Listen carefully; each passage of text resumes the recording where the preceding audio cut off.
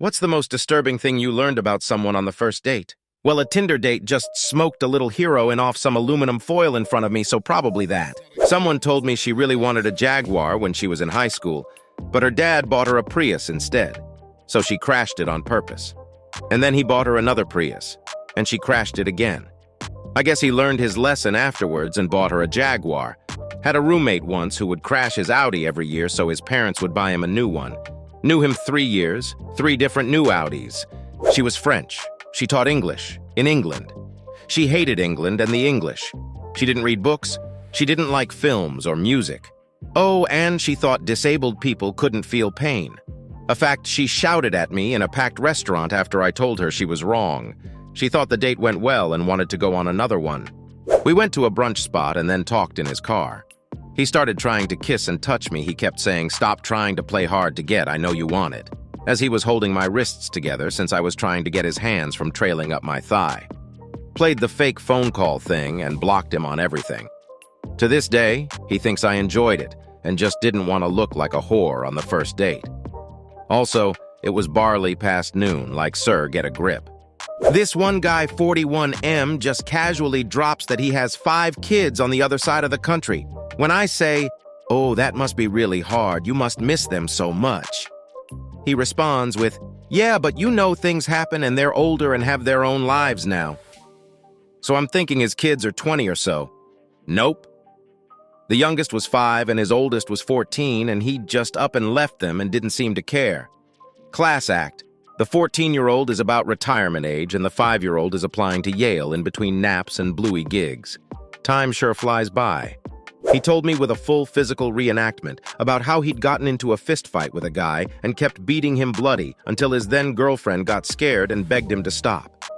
He also told a couple racist jokes and told me he was in political legal trouble with the government for being involved in protests. I didn't ask for details. I had poor cell phone service in the area but managed to get an Uber to pick me up from the street corner as we were walking alone in the dark. Literally felt the need to escape, but he forced a kiss before I could get in the car and leave. This guy was also a professor at a local university. I had a date tell me, unprompted, that he used to be an IV drug user in a gang, and his family was heavily involved in Mexican drug cartels. He also opened the date with, "Sorry I'm late. My brother just got arrested for hitting his GF," which he tried to justify, and he had to terminate an employee because she missed too many days of work due to a miscarriage. He told me she could have been lying about it.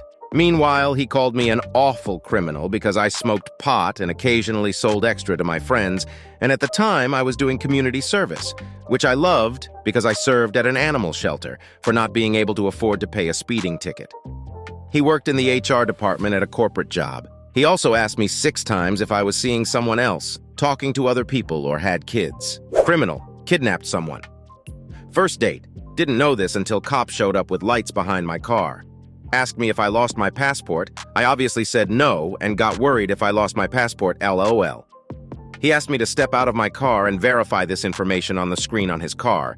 As soon as I walked to his police cruiser, he asked me if I knew my passenger's criminal background. I said no.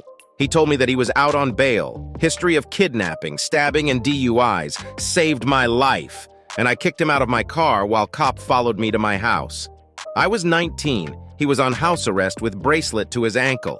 I don't know what happened to him, but I definitely never dated anyone from internet. That he was actually scouting for human trafficking victims.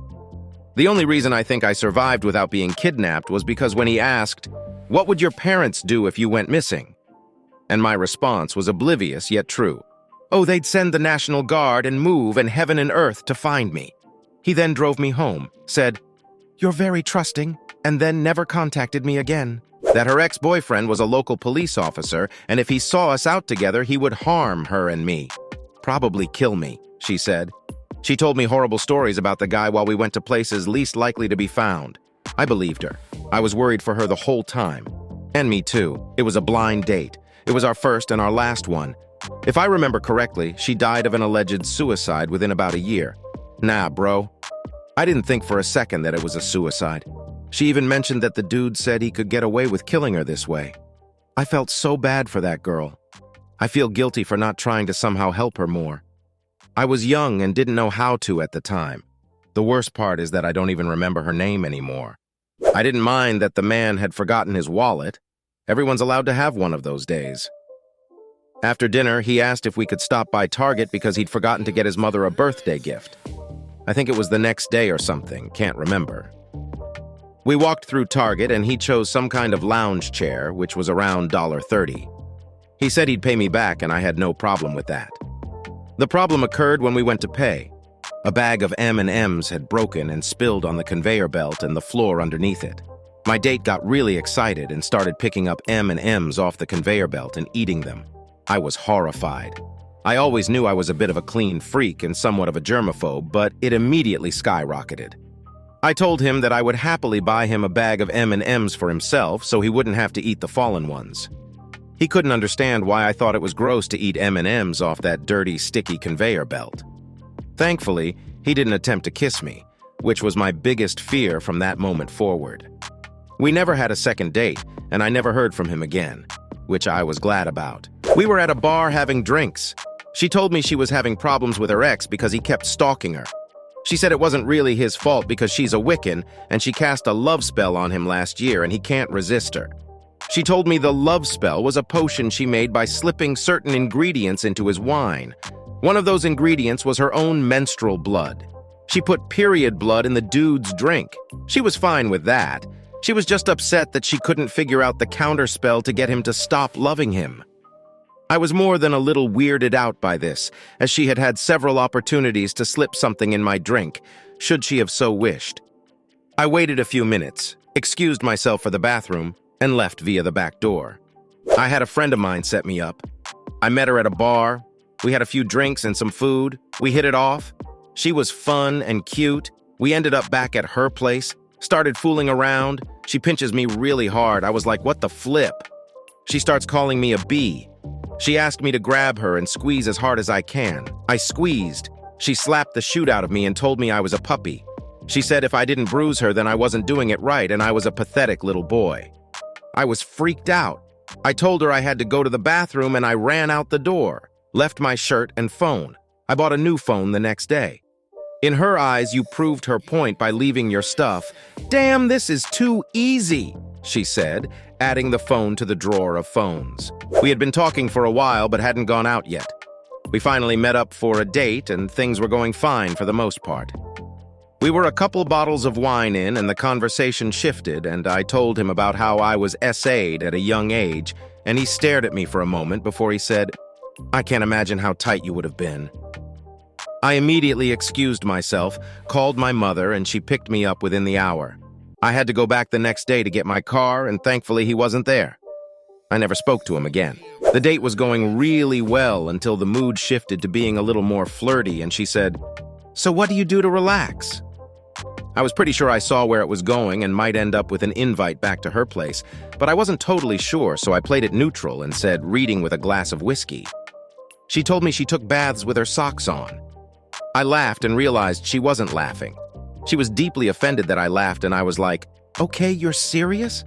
And she said she was. I tried to be understanding. Everyone has their thing that's weird, but she was too offended.